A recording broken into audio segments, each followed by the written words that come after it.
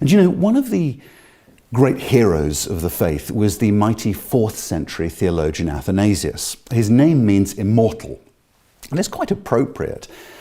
And Athanasius had a lovely image to help us get how Christ is the image of God and how he restored the image of God in humanity. He said, Adam was like a beautiful portrait painting. On him, the image of God was drawn. And what happened at the fall was that the portrait was utterly wrecked. Adam was no longer anything like God. He'd become vicious, selfish, horribly unholy. And so the image, the painting, was ruined. So how could this precious portrait be restored? And the problem was, there was nobody who knew what the portrait had once looked like. They couldn't restore it. To restore it, you had to know God.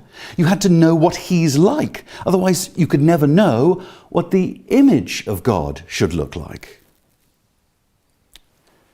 There was only one hope. The original subject of the portrait had to come and have his likeness redrawn on the canvas of humanity.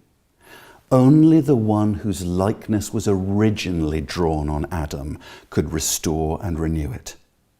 And so the image of God himself came. He took humanity to renew his image in it. He came and showed us the image of God in the flesh. And in Christ alone could humanity be restored from what Athanasius called all this dehumanizing of mankind. Only he, the image of God himself, could rehumanize us. Only in him could we, as Paul puts it in Colossians 3:10, put on the new self which is being renewed in knowledge after the image of its creator. Friends, no wonder our society is crawling with identity issues. With the image of God ruined in Adam, sinners don't know what they're for. So we seek to mend ourselves, but we don't know what mended looks like.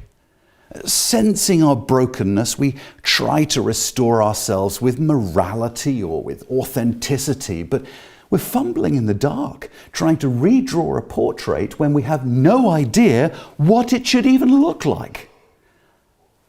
All we can come up with are monstrous aberrations.